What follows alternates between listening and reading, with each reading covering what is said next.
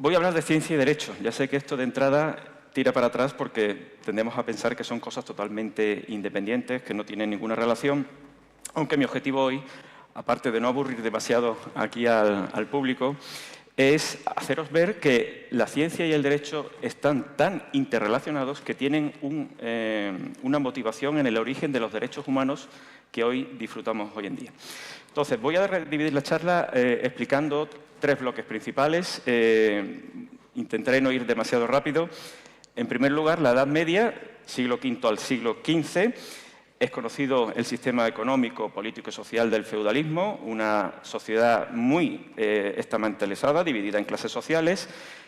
Una típica imagen es la representación de la sociedad como una pirámide, donde la nobleza y el clero están en la parte superior, y en la parte inferior están los siervos, los campesinos, que además son los más numerosos.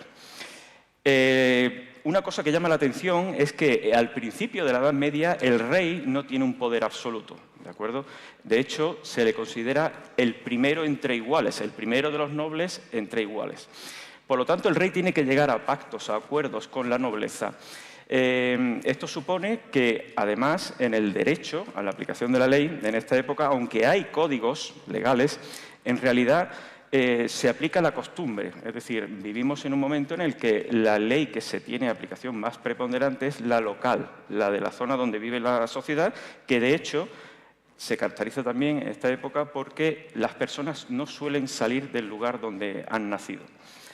Esto empieza a cambiar más o menos alrededor del siglo XI y vemos este cambio en dos circunstancias fundamentales. En primer lugar, el nacimiento de las ciudades y el surgimiento de una nueva clase social, que es la burguesía.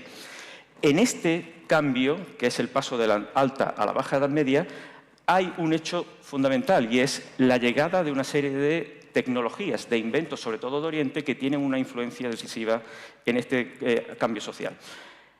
La ampliación de las técnicas de cultivo permiten una sobreabundancia, lo que lleva a que estas cosechas lleguen a los mercados, a las ciudades y aumente la población. Esto se hace con los molinos de viento y los molinos de agua.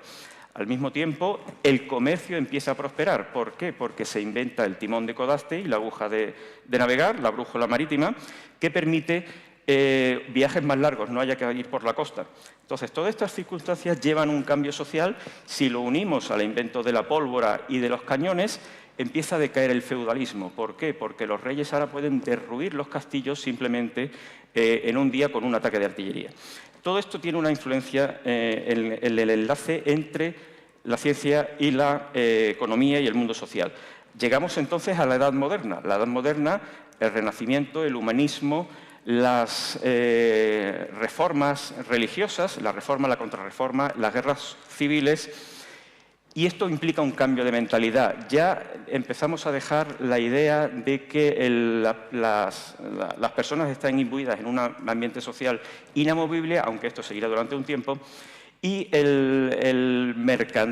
las personas, el comerciante, lo que necesita es una seguridad jurídica. Es decir, al ampliarse las rutas de comercio, la era de los descubrimientos, el comerciante necesita saber que sus mercancías van a llegar donde tienen que llegar, que va a cobrar el dinero por esa venta y, por lo tanto, el derecho empieza a actuar en esta labor. Y para ello será importante el absolutismo, es decir, que haya un solo gobernante que controle el poder legislativo, ¿de acuerdo?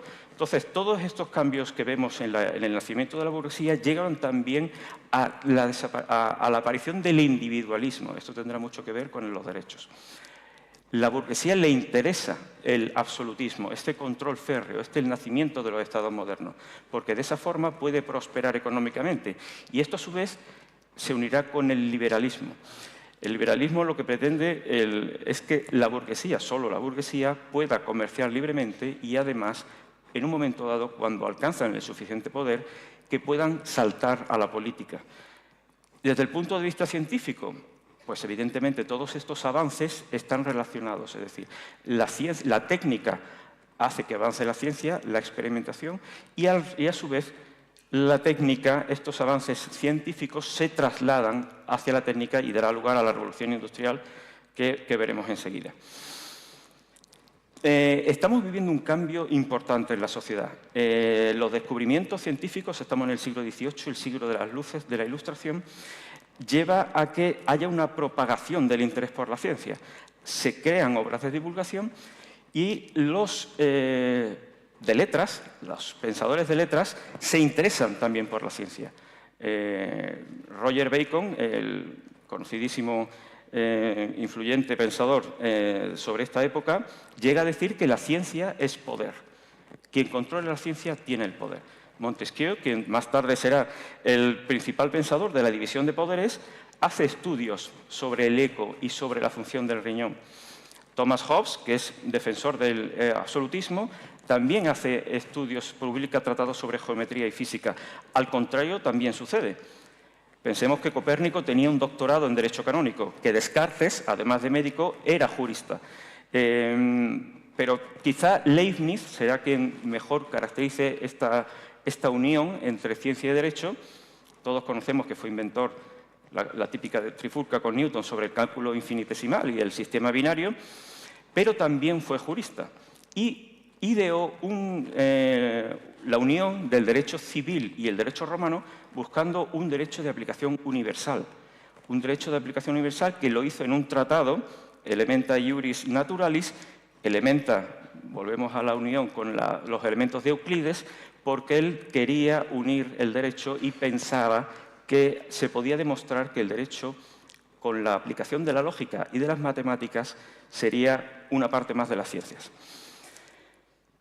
Llegamos a la edad contemporánea, finales del XVIII hasta la actualidad, época caracterizada por las revoluciones liberales. Hemos estado viendo que todos estos cambios científicos, tecnológicos, en la forma de producir de la economía, están interrelacionados y aquí se ve perfectamente. En las revoluciones liberales, estoy generalizando mucho, pero nos vamos a referir a dos aspectos. Desde el punto de vista económico, la revolución industrial, y desde el punto de vista social, las revoluciones burguesas. Tuvieron un impacto brutal en el momento, en la época. Asistimos a una época de epidemias, de guerras, de enfrentamientos. La revolución industrial está embebida de los avances tecnológicos que hemos visto en las épocas anteriores. Se producen descubrimientos de nuevas fuentes de energía, se aplica en la fabricación y el diseño de nueva maquinaria que traslada el uso de mano de obra.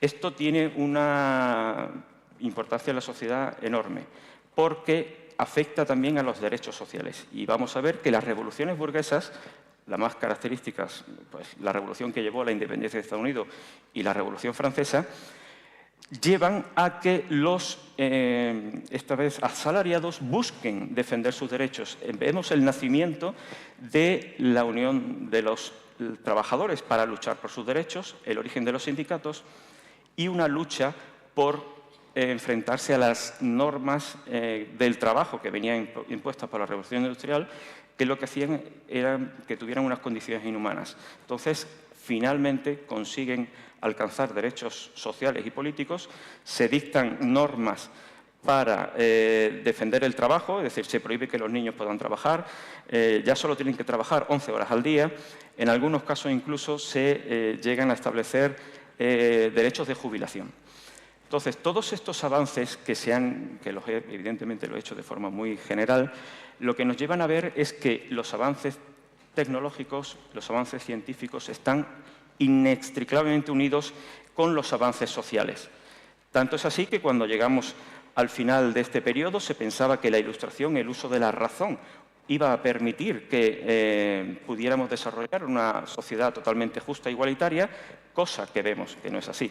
De hecho, al final, las huelgas, la lucha de los proletariados llevará a la conclusión de que hay que aplicar un aspecto social a la ciencia, y esto lo vemos en el siglo XX. Hay tres hechos fundamentales que van a marcar la diferencia fundamental de cómo se ve la ciencia hoy en día. Primero, el lanzamiento de las bombas nucleares sobre Hiroshima y Nagasaki en agosto del 45 nos hace ver que la ciencia debe tener límites, que los científicos tienen responsabilidad.